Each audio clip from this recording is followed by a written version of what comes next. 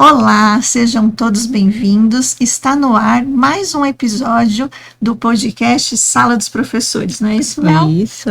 Estamos aqui super animadas nesse espaço que vem se consolidando como a oportunidade de refletir e conversar sobre temáticas da educação básica com toda a comunidade escolar. E o episódio de hoje traz um tópico que tem ocupado a mente de muitos gestores educacionais e professores, que é o impacto da Lei 15.211 de 2026, o ECA Digital, nas práticas educativas. Essa lei visa proteger crianças e é um marco legal que visa proteger crianças e adolescentes no âmbito da internet. E ela vem na esteira do estabelecimento de direitos da criança e do adolescente que começam lá na Constituição Federal. Embora o escopo da lei resida principalmente sobre as Big Techs e os responsáveis pelos menores, no caso das Big Techs, no que diz respeito ao controle de verificação de idade, que a gente sabe que isso vinha sendo muito facilmente burlado pelos jovens, enfim, né, se passando aí por 18 anos tranquilamente. Além disso, o monitoramento de conteúdos prejudiciais,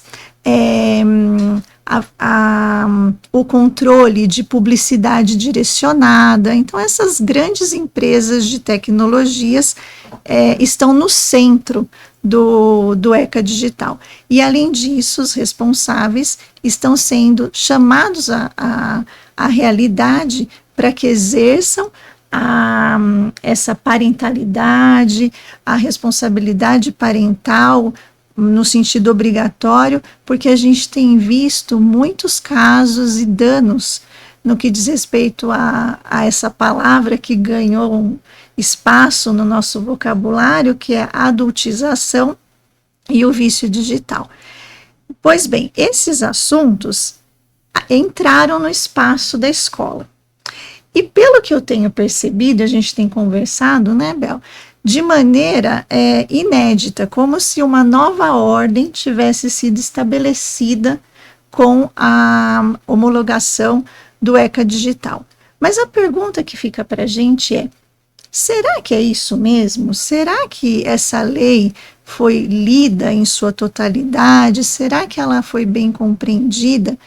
Enfim, para que a gente possa esclarecer essas e outras dúvidas que pairam, nós trouxemos hoje para conversar com você, nosso acompanhante aí tão constante, pelo qual a gente é tão grata, um convidado de alto conceito. Não é isso, Bel? Né? Uhum. Olá a todos que estão ouvindo, é um prazer estar novamente no nosso episódio na Sala dos Professores, e diante desse cenário, né, Flávia, tão bem colocado por você, esse nosso diálogo se torna essencial, porque nós pensamos que, além de compreender o ECA Digital, vai muito mais do que isso, de compreender a lei, mas trata-se da gente refletir sobre o papel do professor, da família e da sociedade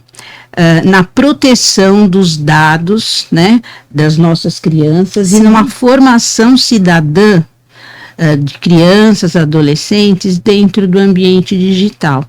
É o que nos preocupa nesse Sim. momento, né? E para nos ajudar nessa conversa, nós estamos recebendo hoje o professor Eduardo Tomasevicius Filho, doutor em livre docente em Direito Civil pela USP, professor de Direito Digital e Direito de Família na Faculdade de Direito da USP e ex-responsável pela proteção de dados da Universidade, DPO, da USP, e advogado. Professor, seja muito bem-vindo em nosso podcast. É ter uma alegria tê-lo conosco hoje nessa nossa conversa. E para começar, conta um pouquinho para a gente sobre a sua história, sobre o seu trabalho e sobre a sua experiência, para iniciar a nossa conversa. Muito obrigado pelo convite, é uma grande satisfação poder conhecê-las e participar desse projeto. Agora eu já estou conhecendo e quero dar os parabéns pela iniciativa, porque isso é muito importante para quem trabalha no ensino, quem está na sala de aula, ter esse espaço para conversar com outros colegas de outras áreas. Então é uma grande satisfação, eu me sinto muito honrado com essa oportunidade. Então eu queria agradecer a Flávia e a Isabel por esse convite e cumprimentar a todas e a todos que estão assistindo esse podcast. Espero que possamos trocar ideias aqui ao longo dessa nossa conversa e que possam ser úteis para vocês. Eu, por ser professor, eu entendo essa dinâmica, né, que a gente quer saber sobre essa nova lei, ou como isso impacta na nossa profissão, ou como vamos ter que lidar com essas situações. Embora eu seja professor da Faculdade de Direito do Largo de São Francisco, né, a Faculdade de Direito da USP, eu tenho uma ligação com a parte da educação, do ensino, da educação básica, porque eu trabalho numa outra faculdade também, que são as Faculdades Integradas Campos Sales, que é uma faculdade muito tradicional na área de educação, uma instituição que já tem mais de 100 anos. Né? A Faculdade de Direito da USP vai fazer 200 anos, a Campos Sales tem 102 anos, e a Universidade de São Paulo tem 90, né? Então a gente pode ver como a Campos Sales tem um papel importante dentro da educação aqui de São Paulo.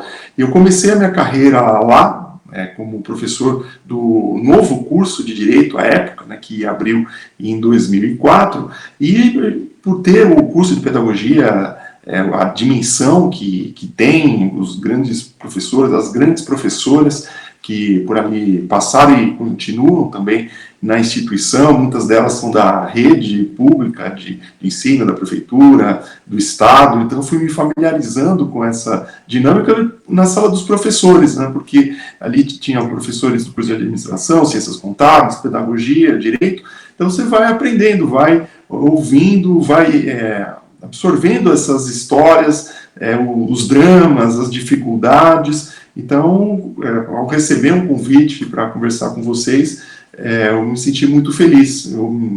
É uma nova oportunidade de trocar ideias com as colegas. E, além de direito, também fiz história. E aí tem as disciplinas, né, no caso, voltadas à educação, né, eu não fiz a licenciatura, né, mas eu fiz disciplina. Né, então, tem lá sobre o ensino de história, e tinha muitos colegas e colegas que estavam na sala de aula, colocando os dramas de como ensinar história. Então, você vai aprendendo, vai nesse outro ambiente, né, tudo aquilo que se refere à profissão de professora, né, que de fato é fundamental, é a base da nossa sociedade. Né. E na Universidade de São Paulo, eu sou professor de Direito Civil, então eu dou aula de contratos, uma disciplina chamada Direitos da Personalidade, que se refere à imagem, privacidade das pessoas, que são temas clássicos, né, e Direito de Família. Tá? Só que agora, nos últimos anos, nós temos o direito digital, que é, na verdade, não diria que é um novo ramo do direito, digamos, um campo de investigações sobre como as tecnologias vão moldando os diversos ramos do direito. E essa mudança vem, na verdade, das transformações sociais, das transformações que ocorrem no nosso cotidiano. E exemplo disso é o fato de que na USP, né, temos também a disciplina de Direito da Criança e do Adolescente. Então, eu lecionei por 10 anos essa matéria, e ao pensar a respeito desse assunto, né, eu trouxe muito da minha experiência pessoal, quando eu era aluno, né, estudei em escola do Estado, aqui em São Paulo, e quando o ECA entrou em vigor, em 1990, a professora de matemática, né, no caso era a sexta série, que hoje seria a sétima série do fundamental, falou, agora tem uma lei para proteger vocês, A minha mãe, que era da rede municipal de ensino, também comentava como é que o Estatuto da Criança estava sendo percebido, não diria recebido, mas percebido pela comunidade, pelas professoras, pelas supervisoras, pela direção, pela secretaria. E por que tinha essa mudança, né? Ou essa sensação, melhor dizendo? É pelo fato de que antes a legislação voltada à criança e adolescente era setorial no sentido de que só se aplicava para crianças e adolescentes em situação de rua, ou seja, que eram os menores abandonados, e as crianças e adolescentes infratores. Tá? Então, era só para as crianças nessas situações, por isso que se falava da doutrina da situação irregular, que era o que moldava a legislação até 1990. E com o Estatuto da Criança, foi a primeira lei no Brasil que trouxe os direitos para todas as crianças, porque antes só se aplicava o Código Civil, ou seja, tinha o pátrio poder, o poder do pai, os filhos viviam sob esse poder, que ainda era um resquício de uma sociedade patriarcal, em que as crianças eram empregados, para não falar escravos do pai, né? Tinham que trabalhar já com 7 anos, e essa era a lógica que vinha desde a antiguidade. Então, houve essas mudanças a partir de 88, com a Constituição, o artigo 227, depois a Convenção dos Direitos da Criança de 89 e o Estatuto da Criança, que é de 1990, para atualizar a legislação com as normas internacionais. Então, teve esse impacto. E por que eu falei de tudo isso? É pelo seguinte, porque agora, com o ECA digital, que é a Lei 15.211, aparece a discussão nessa mesma intensidade, ou seja, é uma lei que complementa, ou é até mesmo um novo ramo do direito que se apresenta e que agora todo mundo tem que se preocupar, inclusive a escola, né? Ou seja, a escola não pode ser dissociada desse processo. Nós vamos aqui conversar em que medida a escola participa do ECA digital. Mas, de todo modo, antes de avançarmos aqui a nossa conversa, em 2020, eu organizei um livro sobre os 30 anos do Estatuto da Criança e do Adolescente. E no trabalho que eu escrevi, eu já colocava o quanto o Estatuto tinha sido cumprido, né, na parte do direito à vida, à saúde, à convivência familiar, melhorou bastante. Né, a parte de educação, ela só é muito curta, né, e também acaba repetindo o que está na Constituição, também na LDB, ou seja, temos poucas normas sobre educação, né, e tem a parte de proteção das crianças. E eu colocava que essas regras eram protetivas para crianças, que no caso fui eu, quando o Estatuto entrou. Então, era em vigor em 1990. Então, era para proteger de explosivos, para que as crianças, como eu, não fôssemos mais ao bar, comprar refrigerante, né? Eu comprava, era de vidro ainda, né? Era 1 litro, né? Que também dava para uma família inteira, né? Uma garrafa, né? De refrigerante, né? Hoje, uma criança está tomando sozinha 2 litros, né? Mas, veja, a gente ia ao bar, né? Ao boteco, comprar, e ali você via as pessoas bebendo, jogando bilhar, né? Ou seja, você se expunha, né? Tinha a loteria, né? Jogo do bicho, tudo ali, não se escondia nada, né? Comparando com hoje, era uma infância totalmente pueril, né? O perigo que havia na época era a criança que ficava na rua, né? Eles falavam, olha, não, é complicado a criança ficar abandonada na rua, porque pode vir alguém que vai entregar drogas, ou então não aceite bala na porta da escola, né? Porque pode ter, tá ali com um entorpecente, aí já vai viciando as crianças, ou seja, esse era o perigo da época, né? Só que ao longo de 35 anos, mas especialmente nos últimos 15, né, tudo mudou, né? Ou seja, se antes a rua era perigosa, eu não sei o que é pior hoje, né? Se é a rua ou se é dentro de casa, né? Ou seja, Temos esse ponto, né? E também, antes as crianças iam para a escola, depois iam para casa, ou, sei lá, se fosse vizinho, continuava brincando, mas hoje, com celular, com todas essas tecnologias, e também as próprias plataformas de ensino exigem que, algumas delas, que as crianças continuem conectadas, então elas estão em contato o tempo todo. A escola, a pandemia também provocou isso, né? Ou seja, uma maior virtualização das relações entre elas. A escola também acabou assumindo esse espaço, né, em especial durante a pandemia. Né, imagina a dificuldade para a volta, né, que se falava, né, ao normal, né, mas não tem como abandonar tudo aquilo que foi adquirido em termos de conhecimento tecnológico. Então, hoje, essa infância é totalmente dominada pelas tecnologias, e em 2020 eu pensava, será que era necessário atualizar o ECA? Mas assumiu uma dimensão tão grande que foi necessário fazer um outro ECA. Então, isso eu acho que é muito interessante. Nós não temos uma atualização da legislação, nós temos agora 2 estatutos da criança. Tem um para aquele mundo analógico, para o mundo da nossa infância, e temos um segundo estatuto para regular a vida no ambiente digital. E quando eu li pela primeira vez o texto do ECA, eu imaginei, devem ser poucos artigos, mas não, ele tem o mesmo tamanho do ECA analógico, vamos colocar assim. Então, olha só quanto...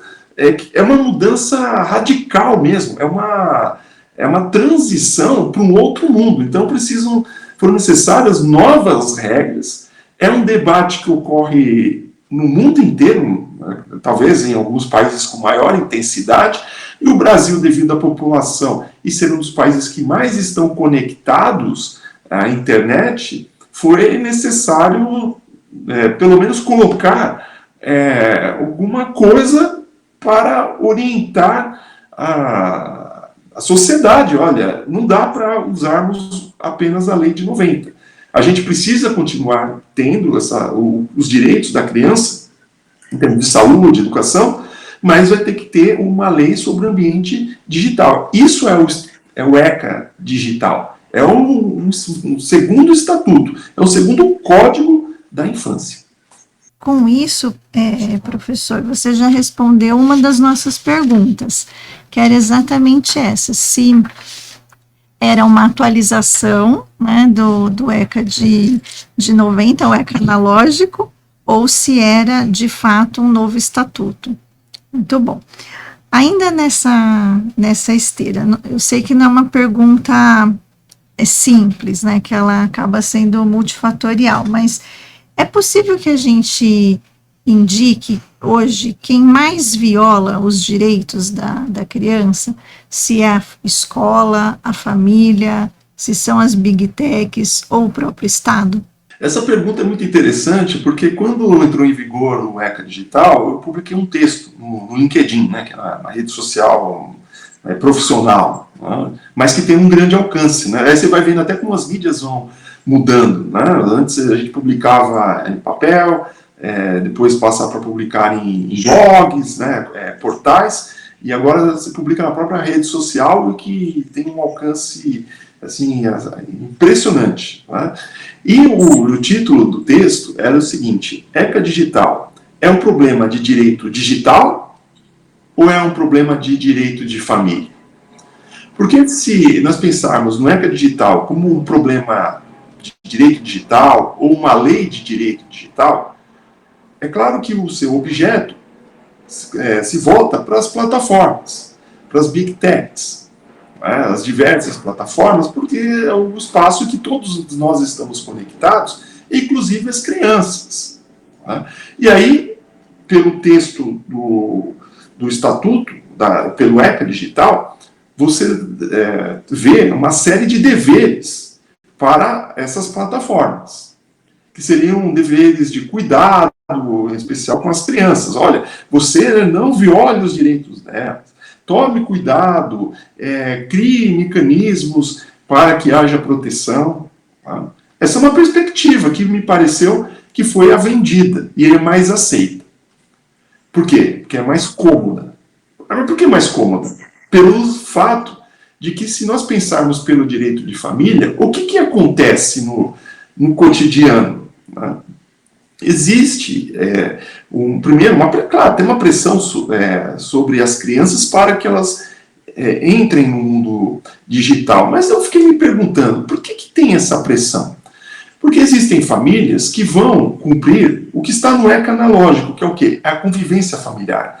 Isto é, o pai, a mãe, as duas mães, os pais, os avós, etc., vão ter uma convivência. Não estou falando que é a convivência maravilhosa, mas vão ter convivência, porque isso é um dever, ou seja, amar é uma faculdade, mas estar junto é uma obrigação. Isso é um princípio do direito de família brasileiro. Quando se discutiu o abandono afetivo, isto é, pessoas adultas que processaram seus pais, não porque não tiveram recursos, ou seja, o pai pagava tudo, dava todos os presentes, sustentava, mas faltava as reuniões, não ia às festas da família da escola, não estava nos aniversários, aquelas coisas todas. Isso causou um trauma e entrou com ação judicial. E se começou a discutir isso dentro do direito de família. Né? Então, hoje nós temos critérios claros, precisos, e se colocou agora, recentemente, no próprio Estatuto da Criança e do Adolescente, que é proibido fazer esse abandono afetivo. Isto é, não é só dar recursos materiais, você tem que conviver. Então, tem famílias que, independentemente do que está na lei, vão dar esse suporte. Mas tem outras famílias que talvez por até uma falta de preparo para a paternidade, para a maternidade, ou pela característica da própria pessoa, não vão se interessar.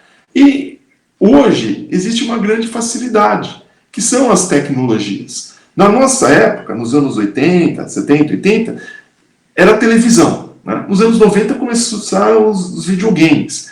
Hoje é tablet, é celular, são todos esses aparelhos que fazem o quê?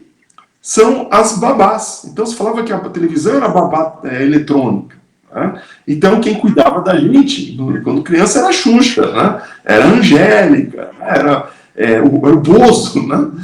Hoje, quem cuida, né, dessas crianças? São todas elas, essas pessoas que usam a internet, veiculando esse material para esse público. E muitos pais entregam, está aqui, ó. Fica aí você usando e me deixe em paz. Então, mesmo com todos esses deveres das plataformas, o que acontece na prática? É que vai ter muito pai, ou já tem muitos pais, muitas mães, que simplesmente devem achar o ECA digital um absurdo, porque isso é um entrave para o lazer deles, ou para que possam ficar longe das crianças. Tá aqui, fica aí brincando e não me amole mais. Né? Então, no fundo, o que a gente vê? Seria o equivalente a esse ECA digital, trazendo para o mundo analógico, seria o ECA regular o que acontece na rua. Seria o seguinte, olha, traficante, bandido, não sei o quê, não faça nada com as crianças que estão largadas na rua.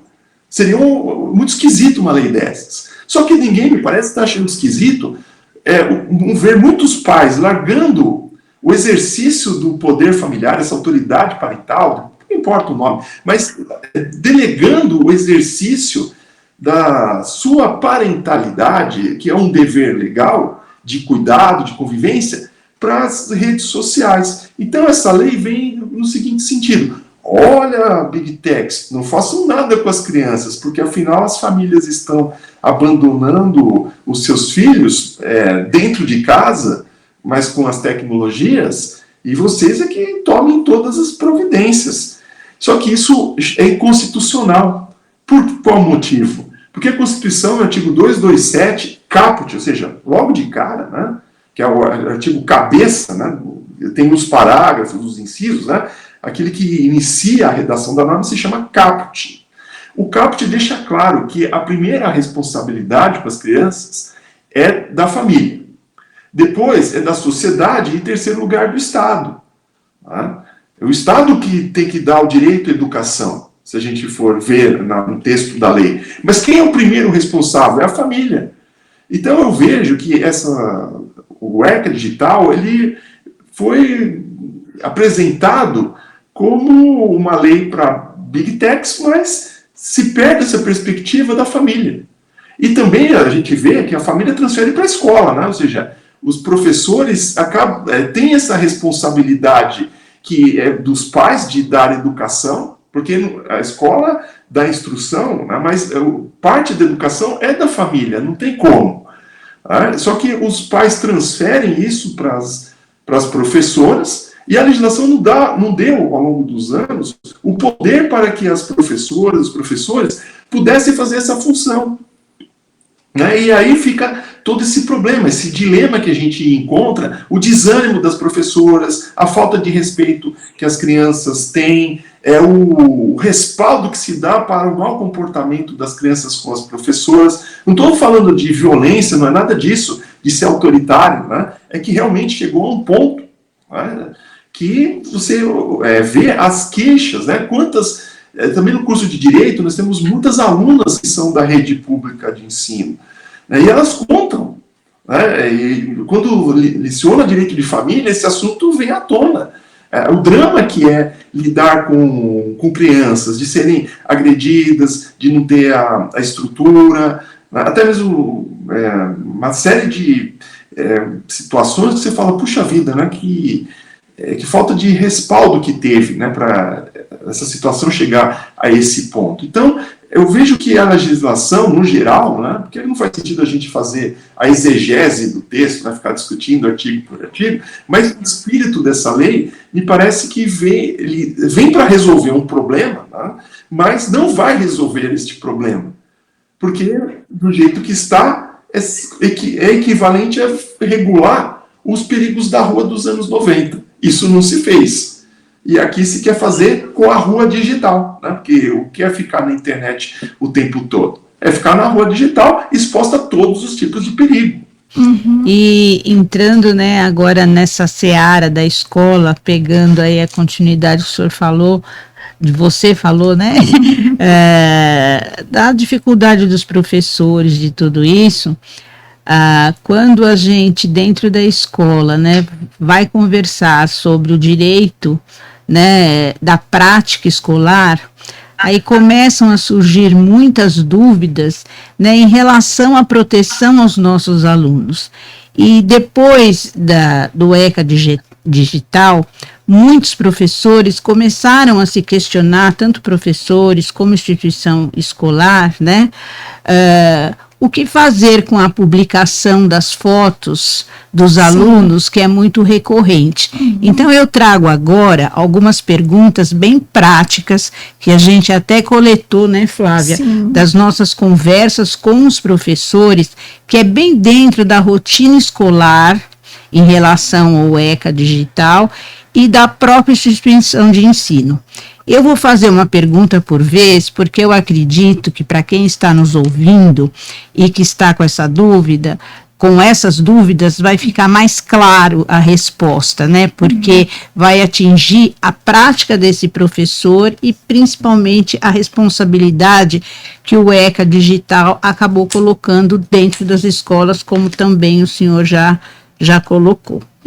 Então, uma das perguntas dos professores: é permitido publicar fotos de alunos nas redes sociais? Essa pergunta é interessante porque a resposta dela não está no ECA digital, está na Constituição Federal e no Código Civil. Nós podemos falar até que está no Pacto de São José da Costa Rica, que é a Convenção Americana dos Direitos Humanos. Então, não é com o ECA digital que se regulou esse assunto. Por quê? Porque a Constituição Federal, e aí o Código Civil tem que fazer a mesma coisa, regula o direito à imagem. Tá? Então, aqui, quando se usa uma foto, é a imagem da pessoa. Tá? Imagem tem dois significados. Tem a imagem retrato, né, que são essas atribuições físicas, ou seja, como nós somos, e tem a imagem atributo, que é que vale a honra, ou como se falava há muito tempo atrás, é o queimar um filme. né, no sentido de, o que é queimar o filme? Você não está queimando a complexão da pessoa, tá? É a honra dela, porque ela fez algo muito ruim socialmente, do ponto de vista social, né?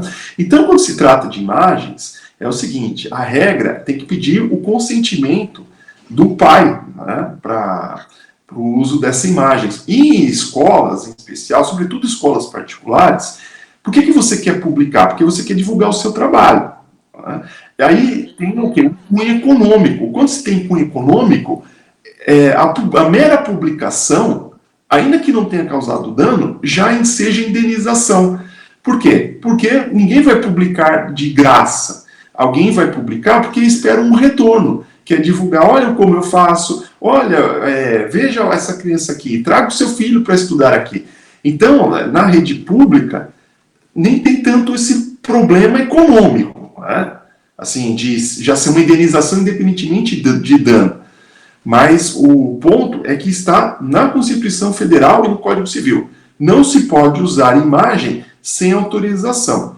Então, quando na escola, rede social, vai publicar, tem que perguntar mesmo se concorda. Mas é claro que existe também um outro lado da questão, que é que são os usos e costumes, né, que às vezes vão em sentido contrário à legislação. Nós temos usos e costumes antigos, a gente pensa que são coisas muito arcaicas, mas não, nós temos usos e costumes contemporâneos. Por exemplo, eu tenho um colega professor, mas ele é médico também, ele é ginecologista e obstetra, né? Então ele recebe os pais ali, né, no consultório, e tem fotos de crianças, né, que, enfim, recém-nascido, aquelas coisas todas. Sabe qual é a reclamação que ele recebe? Por que o meu filho não está ali no seu mural? Eu vou lhe processar se você não colocar essa imagem. Então, assim, de um lado, não pode usar, né, nos termos da lei, mas, por outro lado, pode acontecer do pai reclamar porque não tem a foto do filho. Né? Então, tem que ver no caso concreto. A recomendação que eu dou enquanto advogado é pedir sempre autorização, porque aí não tem problema, não tem qualquer risco. Porque num processo judicial, junto a essa declaração, chega a ser litigância de má-fé. Então, essa é a recomendação. Quando é que é o caso em que não precisa de autorização para ter a imagem veiculada? São nos espaços públicos, tá? Porque aí tem uma certa redução dos direitos da personalidade. Então, por exemplo, quando a gente vê entrevistas, tá o repórter em praça, numa avenida, sabe, na Avenida Paulista, hoje menos, né, no Viaduto do Chá, porque hoje está vazio, né, mas quando era lotado, né, ficava o repórter ali falando e as pessoas passando atrás, né, ou também quando tem essas externas, né, ficam aparecendo ali, né. Nesses casos não precisa, porque aí as pessoas fazem parte do contexto da cidade, né, elas não estão sendo retratadas isoladamente. Elas estão sendo retratadas no geral, então não precisa dessa autorização. Mas quando você registra especificamente uma pessoa, precisa da autorização. Perfeito, professor. Que aula, não, Flávia? Que nós vamos ter. A gente está até esquecendo das perguntas, né? Porque está assim muito esclarecedor e num viés, né? Que a gente consegue entender esse contexto do direito dentro da nossa prática, porque às vezes é difícil a gente interpretar as leis, né, dentro da prática. Muito obrigada, viu, professor? Até o momento, depois a gente agradece mais um pouquinho. A outra pergunta que nós trouxemos é: nas plataformas internas da escola, essa prática também exige os mesmos cuidados? Quer dizer, nas plataformas das escolas também precisa da autorização dos pais para colocar a imagem da criança, o vídeo da criança? É sempre a Constituição e o Código Civil que vai regular isso, então, não é o ECA digital. Não, mas tem uma outra lei que regula, neste caso em especial, de plataformas internas, que é um sistema de controle interno, né, que eu imagino que sejam prontuários, fichas da escola, para identificar a criança, né, para saber quem é. Né. Ali, né, é o problema de LGPD, de Lei Geral de Proteção de Dados. Aí a gente considera essa imagem não como a imagem em si, mas como um dado pessoal. Que dado? É um dado biométrico, isto é, eu estou apenas registrando aquela imagem para associar a uma pessoa, para fins de identificação. Então, nesse caso, pode-se usar, não precisa do consentimento, tá? Isso aí já é autorizado pela Lei Geral de Proteção de Dados.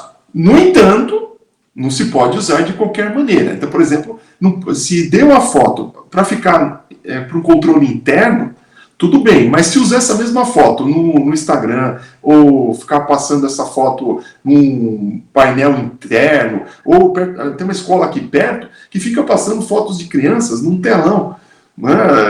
Eu fiquei pensando, né, o risco disso, né? Os perigos que estão envolvidos, não só jurídicos, mas os riscos em sentido amplo, né, de ficar passando foto dos alunos ali para o público externo. Ou seja, será que é conveniente, sabe, alguém de fora saber que aquela criança estuda ali dentro? Né? Então, é outro tipo de problema. Mas, para controle interno, não tem problema, porque aí a gente considera não a imagem, mas o dado na forma de imagem. Né? Então, é só para essa finalidade. Então, aí tem que ter uma finalidade, né? Tem que ter uma adequação e uma necessidade. Então, qual é a finalidade? Identificar a criança. Aí a segunda pergunta, é necessário? Sim, é necessário. Como é que eu vou identificar a criança? É adequado uma fotografia? É. É adequado um vídeo? Gravar a criança 1 minuto? Aí já não sei. Percebe? Então aí a LGPD é que vai dar esses parâmetros. Então, dentro da escola, para finalidade de identificação, ok. Agora, se usar com outra finalidade, aí teria que pedir um consentimento. Então, essa escola aqui perto, que fica passando fotos, eu espero que tenha tido o consentimento dos pais, né? E não que tenha tirado a foto da criança e ficar projetando lá de fora, né? São tantas dúvidas que a gente acaba, que foi levantada agora, nesse contexto que a gente está vivendo, colocando tudo que o ECA Digital nos trouxe, tudo isso, né? E agora, assim, é tão claro que o Código Civil, a Constituição está lá, e está todo mundo com essa dúvida, né? O que faz, agora está com medo de tirar foto de criança, então pretende descaracterizar o rosto da criança na foto para fazer essa imagem, né? Isso não é necessário, então. Assim, o Estatuto da Criança diz que tem que se descaracterizar para a imprensa, né? Ou seja, quando aparece um menor, né, que eles publicavam, né, nos anos 80, né? Aí depois de 1990 eles desfocam o rosto, né? Por quê? Para proteger a privacidade e a imagem, né? Porque eles se consideram que são pessoas em desenvolvimento, ou seja, ainda merecem uma chance de não serem identificadas, né? Mas isso que vocês colocaram não veio com a ECA Digital, ou seja, se havia uma preocupação, essa preocupação deveria ser anterior, né? Então, assim, mas não escola, só agora apareceu. Exatamente, às vezes uma lei que não guarda relação com o assunto, mas é que chama a atenção. Então, assim, dentro da escola, não faz sentido descaracterizar, porque a foto da criança é justamente para você identificá-la. Seria o contrassenso, né? Você tirar uma foto que não permite identificação. Tá? Mas para publicidade, propaganda, aí tem que ter o consentimento. São tantos absurdos, né, que a gente vive com a facilidade e agilidade da internet, né? Ela é fantástica, ela divulga coisas impressionantes e necessárias e também coisas absurdas, né? Então, primeiro que, não sei se você teve oportunidade de ver, mas muitos posts rolaram aí nos perfis de professores falando assim, professor, se a sua escola posta foto de aluno, então pare, porque agora o ECA Digital chegou. Então, fazendo essa associação direta, como se fosse uma causalidade, o que você deixou claro aqui que não. E aí tem redes de ensino grandes que embalaram nessa leitura equivocada e distorcida e proibiram os professores de fazer registros dos alunos, só pode fazer registros das mãos dos alunos, não pode aparecer o rosto. Ou se aparecer o rosto, ele tem que estar descaracterizado. Fotos com finalidade de âmbito interno, não de rede social. Então, assim, o nível da distorção, e são redes que têm equipamento jurídico. E eu fiquei me perguntando, falei, poxa, mas cadê os advogados dessa rede, né? É verdade. Porque o professor nem sempre tem esse conhecimento técnico jurídico, mas ele tem uma junta que colabora, que orienta.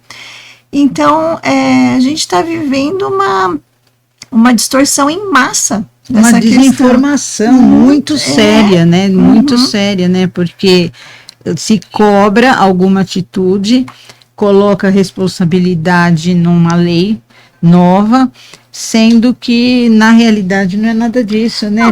Que precisa, tem outras leis por trás que dão suporte para responder essas dúvidas. Tem que haver o consentimento, isso tem que estar regulamentado.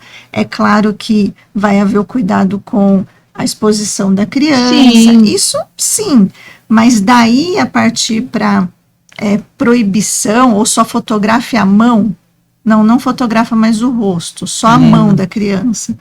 E desfocando a criança, né, que tem que fazer um avatar da criança para descaracterizar. Coisas então saíram absurdos. É um absurdo, porque, por exemplo, se faz tanto para a lei, tanto faz se é a imagem ou se é um avatar.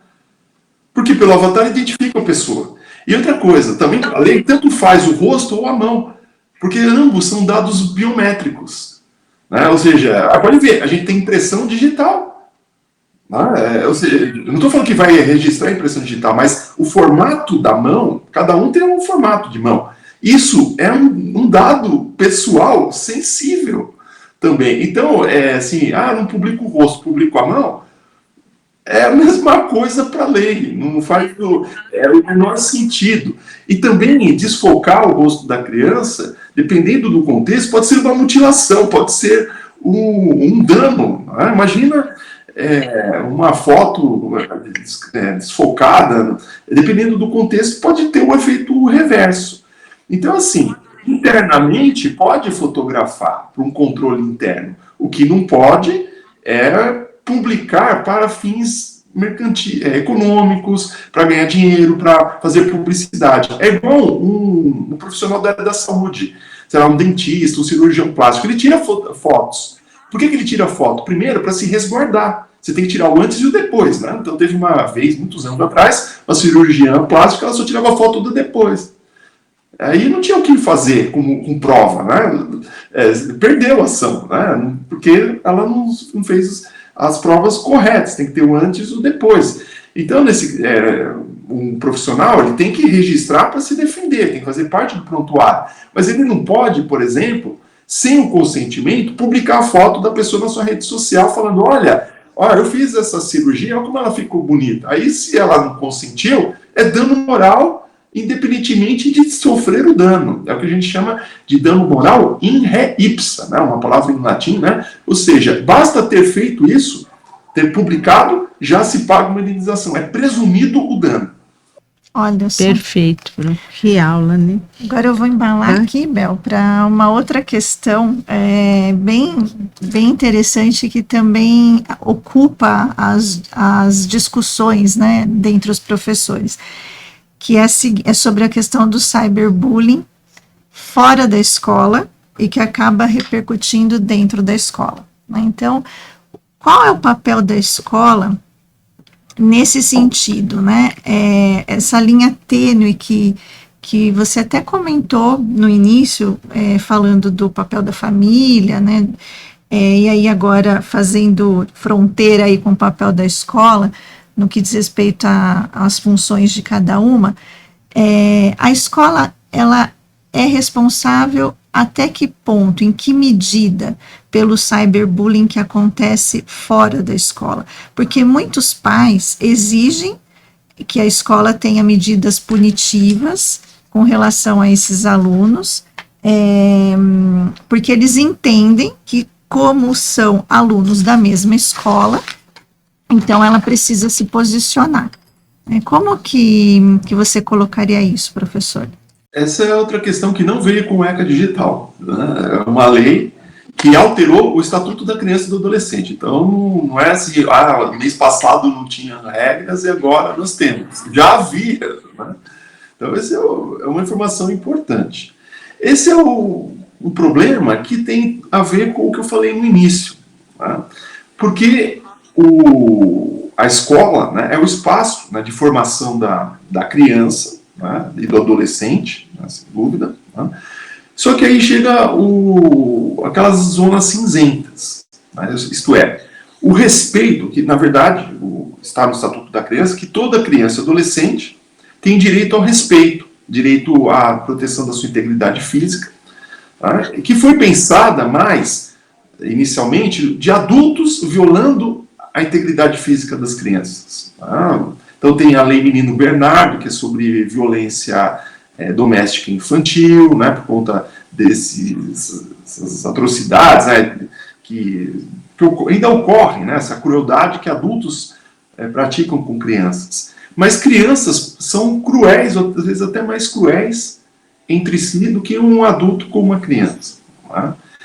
Então, assim, a regra geral deveria ser que os pais são os primeiros responsáveis por ensinar o respeito das crianças. Tá?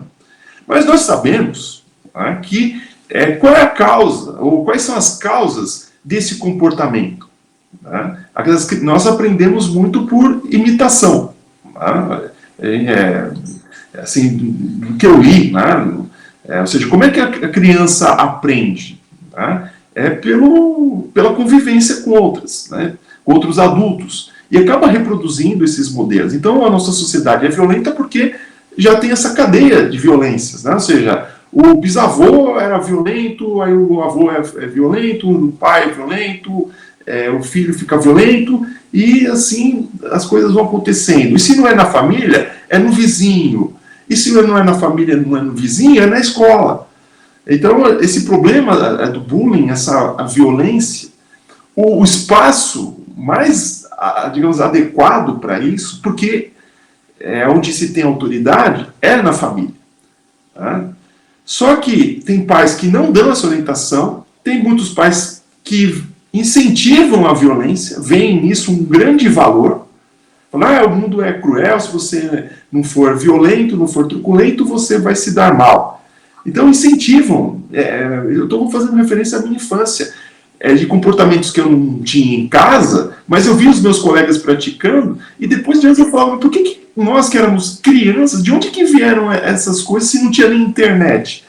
Não tinha nada. Só podia vir da convivência dentro da família, né? E que eu tenho certeza hoje que tinha muitos colegas meus que incentivavam, pais de colegas meus, que incentivavam esses comportamentos violentos, ensinavam assim. E isso vai pro mundo. E chegava na faculdade, né? O trote, né? Lembra? Os trotes eram violentos. Aí no ensino superior precisou acontecer uma tragédia, né? Morrer alunos para se fazer uma lei proibindo. Aí proibiu, né? Já acabou, virou trote solidário, ou seja, de repente teve uma mudança.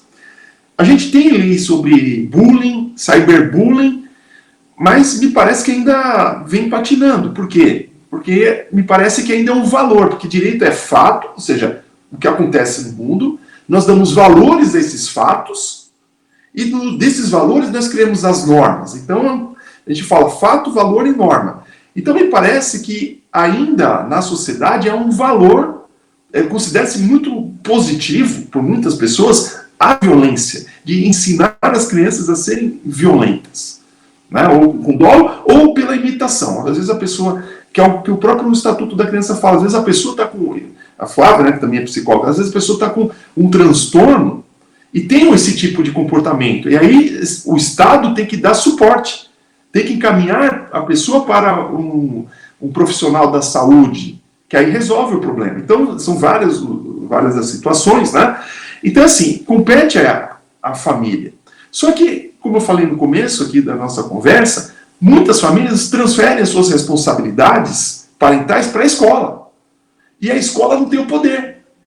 Né? O professor, eu defendia há muitos anos atrás que, assim como a gente tem a guarda, você fala, ela está com a guarda da criança, né? Quando o pai ou a mãe perdeu, está destituído do poder familiar porque era muito agressivo, sumiu pelo mundo, etc. Então, a avó, o irmão fica com a guarda da criança, né? Eu entendia que a professora, na sala de aula, era o guardião, porque a guarda permite o exercício desse poder contra os pais. Então, por exemplo, se a avó tem a guarda da criança, não adianta a mãe, o pai falar, eu sou mãe, sou pai da criança, eu faço o que eu quero. Não. A responsabilidade, o poder passa a ser do outro. Embora seja pai, mãe, biológico, não tem poder jurídico. Então, eu acho que assim, ao longo dos anos, se a sociedade foi transferindo para a escola a sua própria responsabilidade familiar, mas sem dar esse poder. Aqui é a mesma coisa. Não se educa, transfere para a escola essa responsabilidade de ensinar para a vida. Outras crianças estão vulneráveis, os pais não sabem o que fazer, você não tem como cobrar o outro pai, você vai cobrar quem que está mais próximo, que está na sua frente, que é a escola. Então, assim, cabe cobrar a escola? Sim, mas não dá para cobrar como se fosse o pai ou como se fosse a mãe. Então, qual é a resposta que eu dou para vocês? Que o papel da escola, que tem uma lei de educação digital, e o ECA Digital também defende educação digital, né? Então, passa pela escola fazer campanhas, né? Ou seja, fazer esse processo de educação, vai falando, né? Mas tem vários tipos de educação, não é só ensinar matemática, português, inglês. A gente tem que também educar para a vida, né? A escola tem esse papel, embora seja também da família, porque a própria Constituição diz que primeiro é a família, depois é a escola, né? Mas em especial cyberbullying, né? A família é que não pode largar a criança, não pode incentivar, mas as escolas podem trabalhar esses conteúdos, né? Então, vai ter que ter disciplina de educação digital, educação para os direitos humanos, acho que isso é fundamental, né? E o que são direitos humanos? Porque tudo isso é muito mal colocado no país, né? E tem explicações históricas, né? Direitos humanos são as regras fundamentais de convivência. Então, os direitos humanos correspondem à vida, à integridade física, à integridade moral e psíquica, né? Também as garantias dos presos, né? Que são as mais difundidas na sociedade, mas existem outros direitos humanos que se referem a pessoas que não cometeram crime, ou seja, para todos nós, tá? Então, acho que passa muito por uma educação pela paz, pelos direitos humanos, né? E também agora no ambiente digital, né? De ensinar que você, mesmo saindo da escola, você não pode continuar com esse tipo de conduta pelo celular, ficar xingando o colega, né? E aqui a dificuldade é maior, porque antes a gente ia para a escola e cada um ia para a sua casa. Hoje a gente vai as crianças vão para a escola, voltam para casa, mas continuam ligadas como se estivessem na escola. Então, por isso que os pais querem atribuir a responsabilidade para a escola. Só que como é que a escola vai regular o que se passa dentro de casa? Então, acho que assim, é uma cobrança excessiva da escola de cobrar responsabilidades que a escola não tem, que as professoras não têm, porque elas podem controlar dentro do espaço da escola, porque ali elas estão com a criança sob sua custódia. Mas dentro de casa, quem está na custódia são os pais, né? Esse é a verdade dos fatos. Então você quer cobrar de quem não pode ir lá na casa tomar qualquer providência. Pode a professora ligar para casa, sei lá, 7 horas da noite, 8 horas da noite, não faça isso? Não pode. É verdade. Tem muitos pais que gostariam, né? E o professor, o que a gente compreende, né, que o ECA Digital, ele deu um gatilho, né, para toda essa reflexão e para a volta mesmo para a legislação que já existe, porque já existe a legislação, e essa leitura mais atenta, e principalmente os departamentos jurídicos das escolas e das redes, né? Precisam se atualizar. Precisam se atualizar, serem acionados para desmistificar toda essa confusão que está acontecendo, principalmente nas práticas escolares, diante do ECA Digital, né? Acho que é um pouco também, quando você fala, professor, desses papéis que se confundem, se misturam, e por uma questão histórico-social, enfim. o ECA Digital fala dos agentes da cadeia digital, né? Então, desse entrelaçamento de agentes, né? Não é algo que só a família vai fazer, que só a escola vai fazer, que só a sociedade, só as big techs, enfim, tem tarefa, lição de casa para todo mundo, né? Tem tarefa de lição de casa e precisa estudar bastante, né? Mas se me permite bem rapidinho, só para também saber o que tem no ECA Digital, assim, muito rapidamente, o que eles fizeram? Eles estabeleceram assim, que as plataformas têm alguns deveres mínimos de segurança. Só que as plataformas se recusam a ter esses deveres, porque senão ela deveria fiscalizar o conteúdo da internet inteira. Elas não querem essa responsabilidade, e acho que também é excessivo, né? Então a única responsabilidade que se colocou foi de fazer o controle parental, o controle de acesso, né? Só que quando saiu o ECA Digital, eu falei, isso não vai dar certo. Por quê? Porque as crianças de hoje são muito espertas. O que aconteceu dias depois da entrada em vigor do ECA Digital? Adolescente vendendo cartilha de como burlar a lei, como usar a rede privada, que é o VPN, né? Eu fiquei sabendo que tem gente imprimindo o rosto do Alexandre de Moraes em 3D e coloca a cara dele na câmera, né? E ficar mostrando, porque fala, não, põe de frente, tudo bem, põe de lado. Ou seja, pegaram ele, porque justamente está na mídia, né? Ou seja, coloca a cara dele para ver todo tipo de conteúdo proibido, né? Ou seja, e também estão vendendo CPF. Então, o que eles fizeram? Alguns processos são públicos, adolescentes entram nos processos, pegam o CPF das pessoas, elas nem sabem, e cadastram como para liberar, ou seja, não funcionou.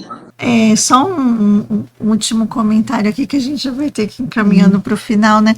Professor, você chegou a ver a campanha que as crianças fizeram numa plataforma de jogo contra, e eles até chamavam de, culpabilizaram o Felca, né? Por conta da proibição de usar um chat dentro dessa plataforma. Mas o que chamou a nossa atenção enquanto professores? Eles fizeram um manifesto virtual com várias placas e faixas, né, com português extremamente distorcido, várias palavras com erros ortográficos, né, então até dava uma boa aula ali de língua portuguesa, dessas crianças falando, é culpa do Felca, olha o que ele fez, porque agora eu não posso mais conversar no chat. Então, essa necessidade de se atribuir culpados, né, e de partir para algo que você tão bem colocou e a gente conversa bastante, né, Bel, que é a necessidade urgente de um currículo sobre a cidadania digital. Não tem outro caminho, né? Chega uma hora que punir e proibir se tornam ineficientes, né? A gente não tem nem verba pública para garantir isso. Então, a gente só nos resta educar. E educar é cansativo, né? Porque eu tenho que educar todo dia. É a persistência. Então, eu sinto que está todo mundo se espremendo, porque parece que ninguém quer pegar essa batata quente. Mas não tem como correr. A internet, a IA que está chegando é um fato, né? Não vai retroceder, mas eu acho que cabe, principalmente aos responsáveis da educação, trabalhar com esse currículo dessa cultura digital dentro dessa perspectiva, não do uso da ferramenta em si, mas da responsabilidade do uso da ferramenta, essa educação. E eu torno a dizer, e vários convidados que a gente já trouxe aqui, né, Flávia, que o currículo escolar no século XXI, ele precisa ter uma modificação, né? Ele não pode ser conteudista do jeito que ele é, com o formato do século da Idade Média, né? Nós estamos no século XXI. Então, assim, é importante esse letramento digital nas escolas, que isso seja colocado no currículo. É importante chamar os pais para a sua responsabilidade, né? Eu lembro que quando eu estudava e logo que eu me formei, nas escolas que eu trabalhei, nós tínhamos a escola de pais. Então, toda semana tinha uma aulinha, né, que os pais vinham para a escola justamente sobre a criação dos filhos, da responsabilidade, de ensinar essa não violência e tudo que nos cerca. Então não adianta a gente estar assim discutindo o ECA digital, saber da legislação, saber dos códigos, se a gente não colocar isso em prática e a gente não dá a responsabilidade certa de quem é de direito, né? De primeiro a família e a escola realmente mudar, né? E não ficar inventando tanta proibição, mas realmente ela vestir a sua responsabilidade, que em alguns momentos eu acho que tá bem falho, principalmente em relação a esse mundo tecnológico que a gente está vivendo, né? É só conteúdo, a ferramenta, mas não essa responsabilidade. É complicado. Professora, a gente poderia continuar conversando mais, sem dúvida nenhuma. Não esclarecemos todas as nossas mas perguntas, foi maravilhoso. Né? Não no sentido de que não foi suficiente, mas no sentido que deixou um gostinho de quero mais. Mas a gente precisa ir encerrando e nós gostaríamos que você deixasse para o nosso público, para os professores, alguma recomendação prática em torno dessa questão que foi debatida aqui, e também um recado para as famílias, né, no sentido dessa parentalidade, desse lugar aí de cuidado. Eu queria agradecer mais uma vez pela oportunidade. Eu adorei ter participado, foi muito gostoso, fluiu muito, gostei das perguntas, me fizeram pensar e à medida que eu ia respondendo, não tinha as respostas prontas. A partir das perguntas eu fui pensando e colocando o meu ponto de vista. Então, muito obrigado por essa oportunidade. Para as famílias, acho que essa é a mensagem, né, que são elas as grandes responsáveis, não pode transferir isso para a escola. A própria Constituição diz que a responsabilidade é da família. A escola complementa. A escola é muito importante, mas a família é que tem essa missão constitucional. Tá? E para as colegas professoras, para os colegas professores, né, para que essa questão do ECA digital, ele não trouxe nada de novo. A legislação já havia. O que nós temos aqui como ECA digital é para proteção das crianças no ambiente digital, de plataformas, né, mas não na sala de aula. Para a sala de aula, ainda se aplica o Estatuto da Criança e do Adolescente, a Lei de Diretrizes e Bases da Educação. E também, né, o Estatuto da Pessoa com Deficiência, né, porque por conta da educação inclusiva, né, toda educação especial, é fundamental ter essa formação, né, e a gente sabe as dificuldades de cada escola. Né, a gente vê que o setor público, né, as escolas públicas, parece que avançaram até muito mais do que o setor privado nessa questão. Né? Então, também a gente sabe de todas as dificuldades, às vezes tem uma professora cuidando de todas as crianças, eu tenho uma colega para dar o suporte, então, infelizmente, né, a gente tem todas essas dificuldades. Saiu um plano nacional da educação, eu me lembro que era para sair em 2010, só saiu em 2014, falei, acho que vai ser bem difícil eu tirar tudo isso do papel. Chegamos a 2026, e aí? Né? Ou seja, papel aceita tudo, né? E o Estado fala, já fiz minha parte, o plano está aqui, agora é com vocês. Só que não dá apoio, né? E também a sociedade precisa acreditar. Acho que a mensagem final, que eu falava isso para os alunos do direito da criança, é o seguinte, que quando uma criança vai à igreja, por exemplo, os pais falam, fica quieto, comporte-se, não sei o quê. Vai ensinando, e tem um respeito pelo templo, seja lá qual for a religião. Aí para a escola, antes esse respeito havia, e se perdeu. Né? Acho que quando a sociedade retomar esse respeito, fazer da escola o templo do saber, o templo da formação do ser humano, tudo vai ficar melhor. Né? E eu tomo isso por referência à Faculdade de Direito. Pode ver que ela foi construída, né? Ela pegou fogo no século XIX, né? Porque era um convento, ela foi construída na forma de um templo. E os alunos lá, seja nós, professores, alunos, o prédio se impõe, né? Então a gente tem uma deferência pelo lugar. Acho que isso tinha que voltar a acontecer novamente, assim como eu particularmente tenho com as escolas com as quais eu estudei e passo, né? Eu era da região da Lapa, né? Passando ali no Anhanguera, Pereira Barreto, outras escolas que eu estudei, ali eu tenho uma admiração tão grande, né? Uma deferência tão grande, né? Por tudo que esses locais proporcionaram para a sociedade paulistana, né? Isso precisava voltar, né? E aí sim, acho que a gente ia conseguir avançar, e não só ficar, como vocês falaram, né? Com punição, vem a lei, olha, agora vai mudar, não adianta só ter a lei.